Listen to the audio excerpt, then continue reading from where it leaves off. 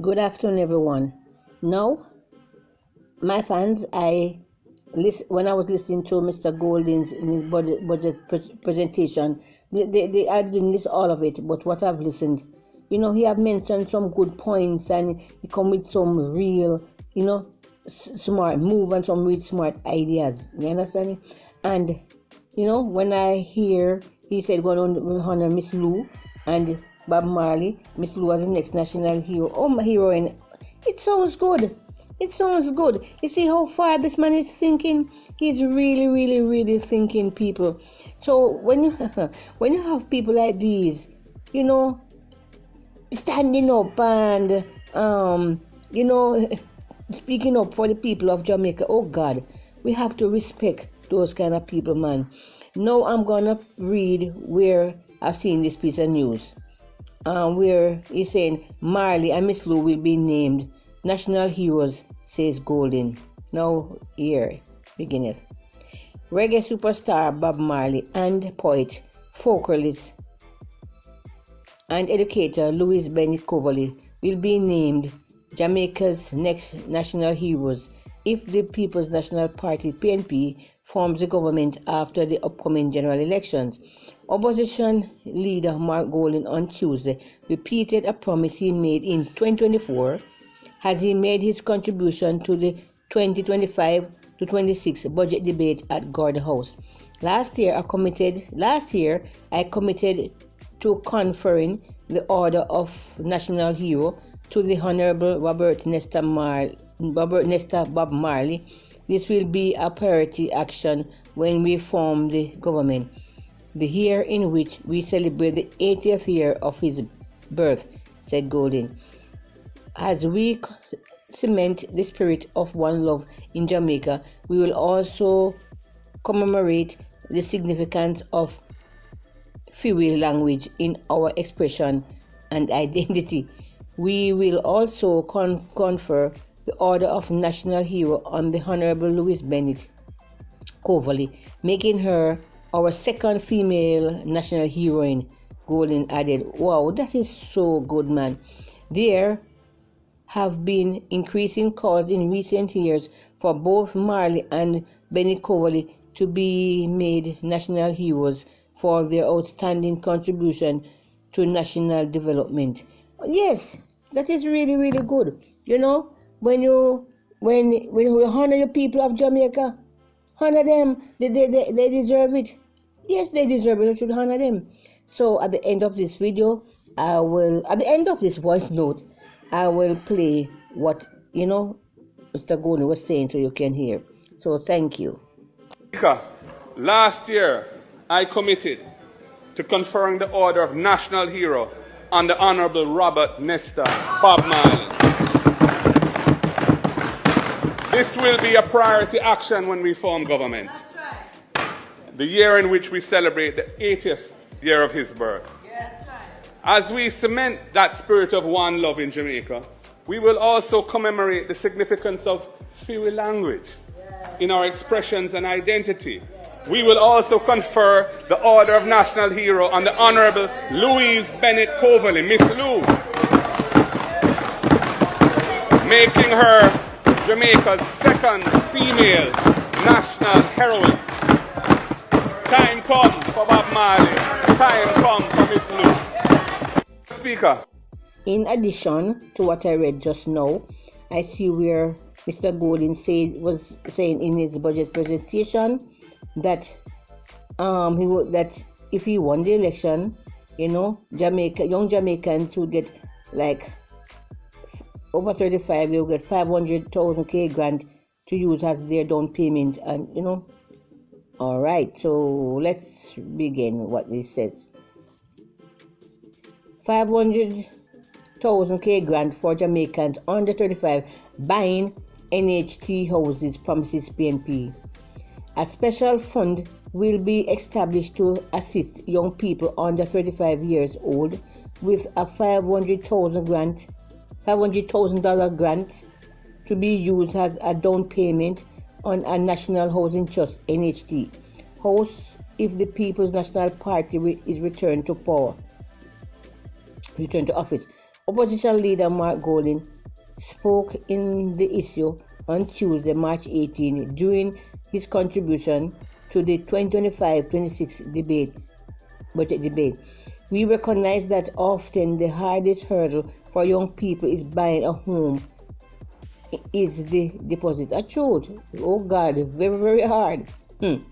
Well, we have you in mind. The next PM government will establish a special young owners deposit fund of $1 billion within the NHT, using its resources to enable young persons under 35 years old to access $500,000 towards their deposit once they have been an NHT contributor for at least 2 years, said Gorden.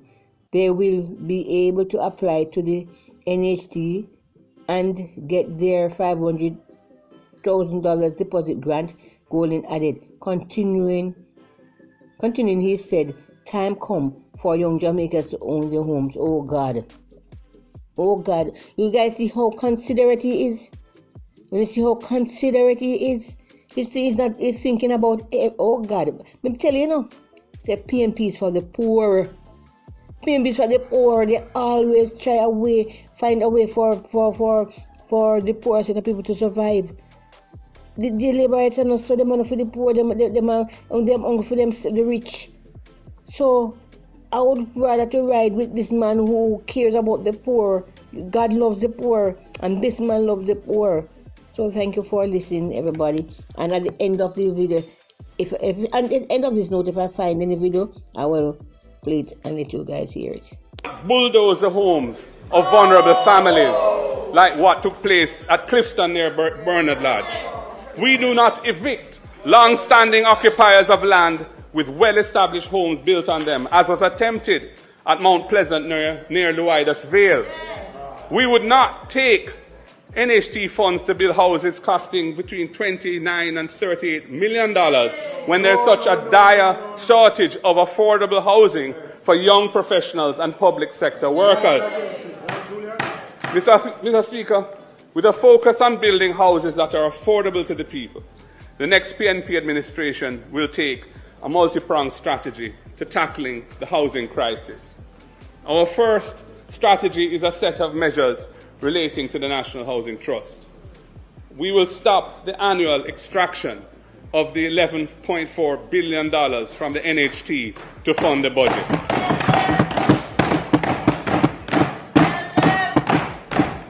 Mr. Speaker, when this was originally conceived, it was written into the law as a 4-year fiscal measure in the hardest of times during a tough IMF program when our debt was spiraling out of control.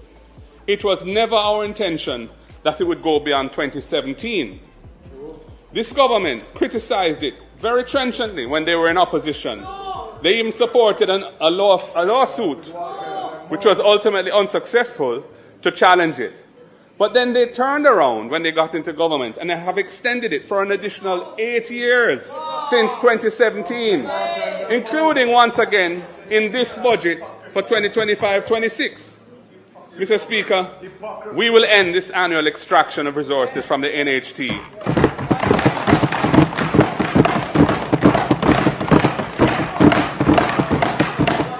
And our plan is to recapitalize the NHT with lands to restore value for the $136.8 billion that has been taken from it to fund successive budgets over the last 12 years.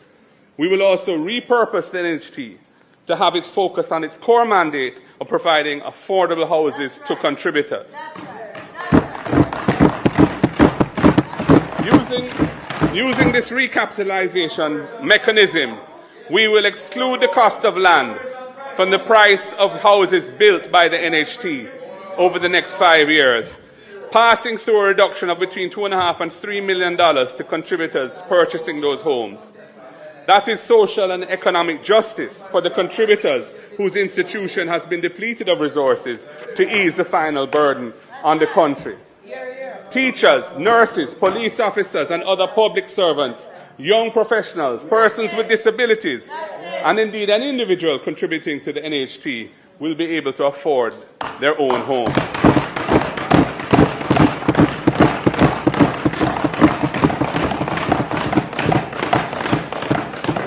Mr. Speaker, the People's National Party knows that public sector workers are hurting from the way in which the pay rationalization was done. So we have come up with 3 measures to show our appreciation for their service to the nation.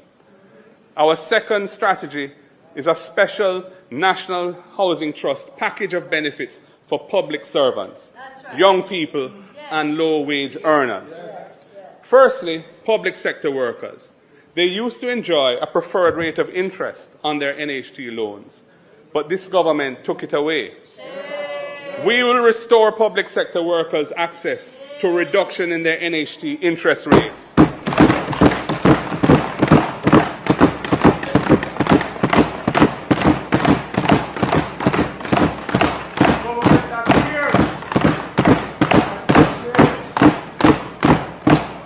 Police, nurses, teachers, doctors, firefighters, indeed all public servants who are NHT borrowers will get back this benefit.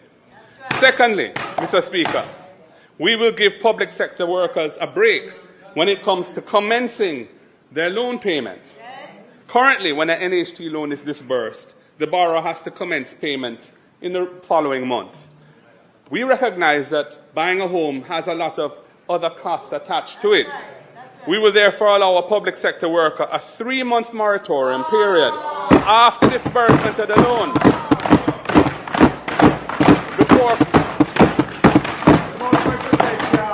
before commencing any loan payments. And that will give them time to recover the expenses they've incurred, to buy some furniture, and to get their place ready to move in. And Mr. Speaker, we have one more goodie for our public sector workers. Currently, the debt service ratio, the DSR, required by the NHT is 33.3%. That means that the loan payments each month cannot exceed 33 1/3 of their gross salary. We are extending a preferred 40% debt service ratio to public sector workers for their NHT loans to allow them room to borrow a larger loan from the NHT to buy their home.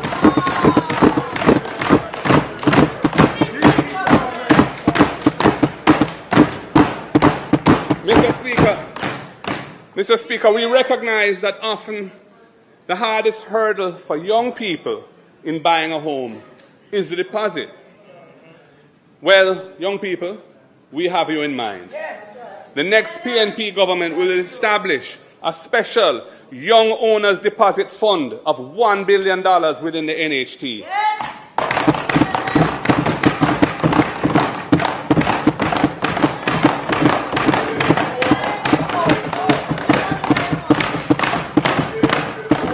Using those NHT resources to enable young persons under 35 years of age to access $500,000 towards their deposit once they have been an NHT contributor for 2 years or more.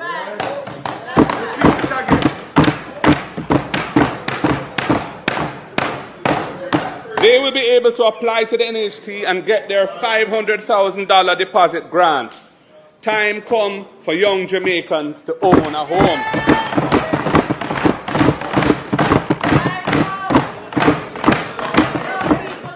And Mr. Speaker, we have to do something for the low-income borrowers from the fund, from the National Housing Trust. The cost of home insurance continues to increase. Last year alone, insurance for homes increased by 25%. And this is passed on to NHT borrowers as it's wrapped up in their monthly loan payments. So when you pay a loan, you pay for the principal, you pay for the accrued interest, and you pay for the insurance in the payment that you make. This is particularly hard on NHT borrowers at the lowest band who earn $30,000 or less per month. They also need a break. Mr. Speaker, the next PNP government will help these low-income NHT borrowers by absorbing the cost of the insurance on their homes. This means that their monthly payments will be lower and they will be able to afford a bigger mortgage loan. we are looking out for the low-income NHT borrowers.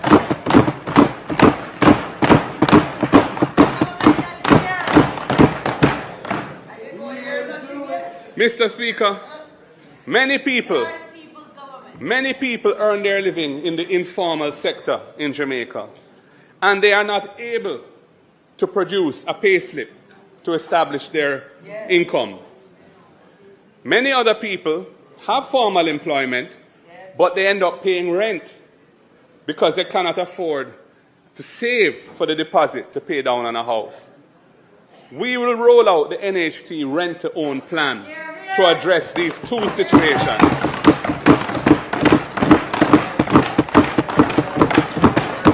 Firstly, Mr. Speaker, a person earning in the informal economy who can't produce a payslip, but who wants to buy an NHT house, will be able to go into possession as a tenant, paying a monthly rent equivalent to a mortgage loan payment. That's right. And by establishing their ability to pay over a relatively short period of time, they will then be deemed eligible to access the mortgage loan from the NHT to buy the house. Having established proof of payment, they don't need to produce a payslip.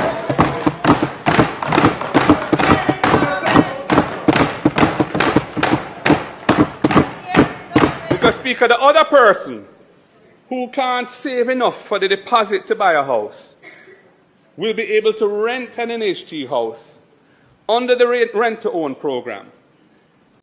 Here again, we have seen again what Mr. Gorden was mentioned in his budget presentation, PMP to establish National Disability Fund, the Gorden.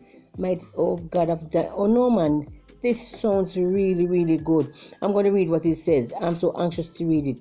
The next People's National Party, PNP government, will establish the National Disability Fund, NDF, with specific allocations from the consolidated fund decided to financing initiatives to empower persons with disabilities. The commitment was given on Tuesday by opposition leader Mark Gorden as he made his contribution to the 2025-26 budget debate in the House of Representatives. These initiatives will include funding the Jamaican Council for Persons with Disabilities, greater support for the major organization catering for each disability group, funding for accessible technologies for persons with disabilities, improving sidewalks for use by persons with disabilities, and supporting the education of persons with disabilities, has the territory level Gorden said. He pointed out that while the World Health Organization estimates that approximately 16% of the country's population has some form of disability, less than 1% of the annual budget goes to addressing the needs of this community. Gorden argued that much more needs to be done to empower persons with disabilities to be included in all aspects of national life. Yeah, because they are human beings too. Not because they are disabled, they are human beings too, and they should be treated properly. With my family background, I am committed to making this happen. We must always remember that disability respects no one, so we must create a society that is fully inclusive of all our citizens, mindful that any one of us can become disabled at any time. Yes, he said. His father, the late Sir John Gorden, founded the Mono Rehab, later renamed the Sir John Gorden Rehabilitation Center, pioneering Jamaica's only fully integrated rehabilitation center in response to the polio epidemic in the 1950s. Sir John also founded the Hope Valley Experimental School as the only institution in Jamaica specially dedicated to educating children with disabilities and able-bodied children together. Gorden noted that he has been around persons with disabilities all his life. He also extended congratulations to Jamaican Special Olympics team on their return from Italy, where they won 3 gold medals, 2 silver, 2 bronze. Jamaica is truly proud, he said. Oh my God. No man, if me love this man one more time. If me love the man one more time, I tell you, man, this man, oh my God. He is something to talk about. Keep up the good work, Mr. Gorden. And thank you everyone for listening. So please like, share, and subscribe. See you later. Mr. Speaker, the approach being taken by this government to the establishment of Portmore as a parish,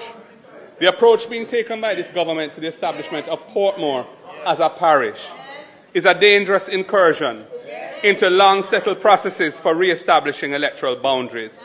The act that was passed, which establishes the Portmore parish boundary, does not integrate with the existing electoral boundaries. The Constitution does not allow constituency or divisional boundaries to span parish boundaries. So it will necessitate a realignment of the constituency and electoral boundaries to align with the parish. Mr. Speaker, the gerrymandering motives behind this initiative were publicly expressed by a former member of the cabinet of this government and have never been refuted. Never. Mr. Speaker, we strenuously argued and then voted against the legislation, primarily because the legislated boundaries of that new parish will necessitate realigning several constituency and divisional electoral boundaries without the settled processes of the Electoral Commission of Jamaica having first been engaged and in violation of the requirements of the Constitution. Profound concerns with this approach have also been raised by the present and a former chairman of the Electoral Commission, by a former director of elections, all of whom have made it clear that if the implementation of the legislation is not halted, it will result in a constitutional crisis. Mr. Chairman, the chairperson of the People's National Party has written to the minister with responsibility for local government, in whose name the bill was tabled and who piloted the legislation through this House, to seek certain assurances in this regard. None have been forthcoming. Mr. Speaker, since 1980, Jamaica moved to establish an electoral system in which important decisions to do with constituency boundaries are vested in the ECJ, which has bipartisan representation. The convention since then has been that decisions which result from the processes of the CCJ being followed are implemented with bipartisan support in this House. This institutional innovation has contributed greatly to the elimination of political violence in the country. It is very sad to see this government going down a path that will undermine this transformational national achievement. And I urge the Prime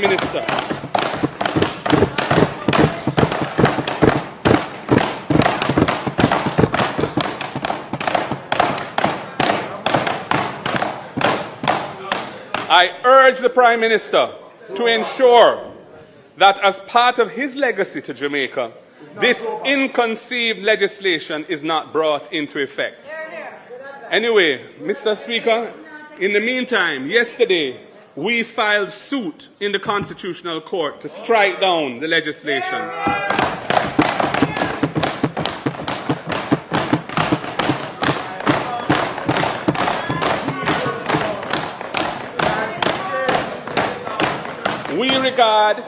We regard the pursuit of this legislation as a dangerous affront to Jamaica's democracy, which must be vigorously resisted by all lawful means at our disposal. Mr. Speaker, in teacher training and compensation, infrastructure and technology, and in support services for parenting. Absenteeism is a big problem. Too many children are missing days from school each week.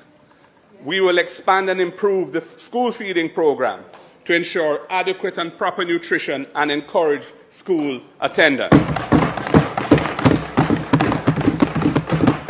That is why, last Thursday, the Shadow Spokesman for Finance outlined our EASE program, EASE, which stands for Ensuring Adequate Sustenance for Education.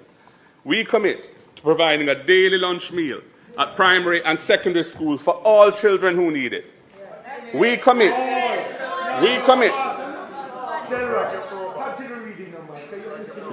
to extending this to a daily breakfast thereafter as the fiscal situation improves. This will help us to ease the financial burden on parents and guardians. We are championing change by cushioning the cost of living crisis for the most vulnerable in the society.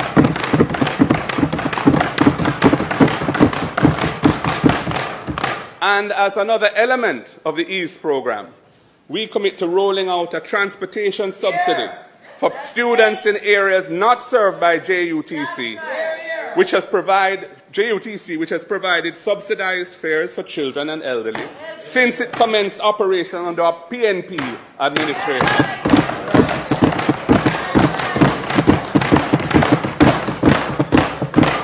Our rural initiative for delivering education, the RIDE program, will assist rural students with their weekly transportation costs.